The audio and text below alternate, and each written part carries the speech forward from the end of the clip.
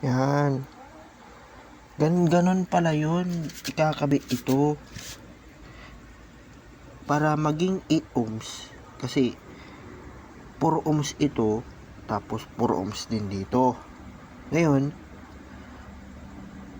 para maging 8 ohms, yung positive nito, ikakabit mo sa negative nito. Yan, adi magdugtungan dito tas dito. Tapos yung negative naman nito, tapos positive nito, doon yung wire. Yun, ganun pala.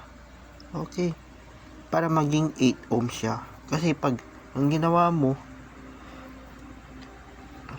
dito, positive negative wire, tapos positive negative, tigpo 4 ohms.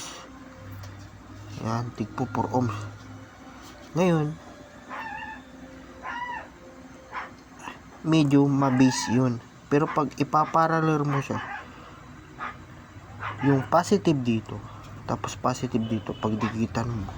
Tapos yung negative dito, tapos negative dito, pagdikitan mo. And then yung wire dito na dalawa, papunta na sa amplifier. Magiging 2 ohms na siya, 2 ohms. Yun na yung medyo mabigat sa amplifier. Pero kung kaya ng amplifier, pwede din. Kaso, ma-base siya. More on base siya.